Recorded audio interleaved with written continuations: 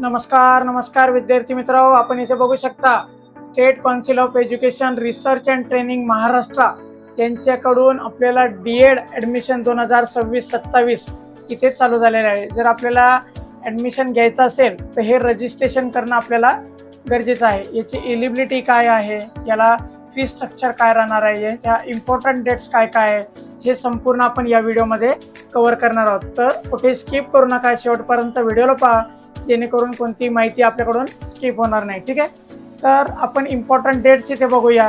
त्यामध्ये आपण बघू शकता की इम्पॉर्टंट डेट्समध्ये सध्याला 11 मे पासून ॲडमिशन प्रोसेस चालू झालेली असून 1 जून 2026 पर्यंत ही प्रोसेस चालू राहणार आहे। ॲप्लिकेशन व्हेरिफिकेशन जे आहे आपलं ऑनलाईन होणार आहे आणि ते 2 जूनपर्यंत चालणार आहे।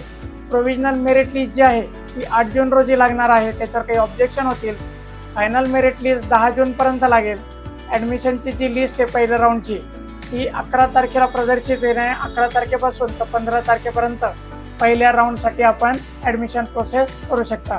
याचप्रमाणे सेकंड राऊंड राहील आणि त्याचप्रमाणे थर्ड राऊंड देखील इथे राहणार आहे। ठीक आहे, तर यामध्ये फी स्ट्रक्चर जर आपण बघितलं तर जनरल कॅटेगरीसाठी 200 रुपये आहे आणि कास्टमधून जर असाल तर 100 रुपये इथे रिझर्वेशन कॅटेगरीसाठी ऑनलाईन ॲप्लिकेशन फीस इथे राहणार आहे। ठीक आहे, यामध्ये आपल्याला रजिस्ट्रेशन करावं लागणार आहे आणि रजिस्ट्रेशन केल्यानंतर आपण याला लॉग इन करून आपली संपूर्ण माहिती फिल करणार आहात। ठीक आहे, जेव्हा आपली माहिती कंप्लीट फिल होईल तेव्हा आपले 12वीचं मार्कशीट, TC, 10वीचं मार्कशीट, TC, आपल्या कास्टचे सगळे डॉक्युमेंट्स हे सगळे अपलोड झाल्यानंतर आपल्याला साधारण फीस भरावं लागणार आहे आणि याची जेव्हा प्रिंट बाहेर येईल ती प्रिंट म्हणजे आपली फायनल ॲडमिशन प्रोसेसची ॲप्लिकेशन आपण कंप्लीट केलेली आहे।